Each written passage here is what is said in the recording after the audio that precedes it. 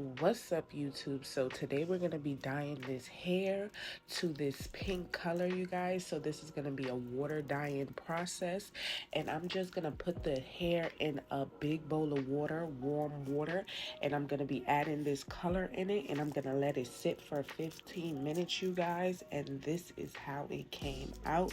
Now this is a short video, so don't forget to like, comment, and subscribe. And if you want to see my how to install this video, go check out my live. I did that on live, you guys, and that's why this video is not, together. So this is the wig after I finished water dyeing it, you guys. So beautiful. I didn't even know putting the color on top of hair would be the best thing, you guys. So I'm just here to tell y'all, don't throw away your damn wigs, okay?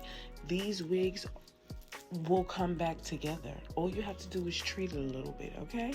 And look at that, from blue to pink. There you go. Don't forget to like, comment, and subscribe.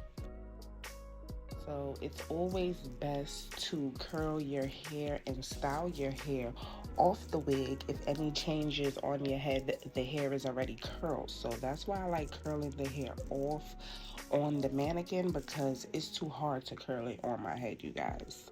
So these are the finishing, looks of this hair, you guys. I did this on live. Go check my live out. And yeah, you guys, ooh, this color is giving. Comment below if you think this color is giving, okay? Like, it was very much Valentine's Day, very much, ooh yeah, pink, slay. Yes, I love it, you guys. Thanks so much.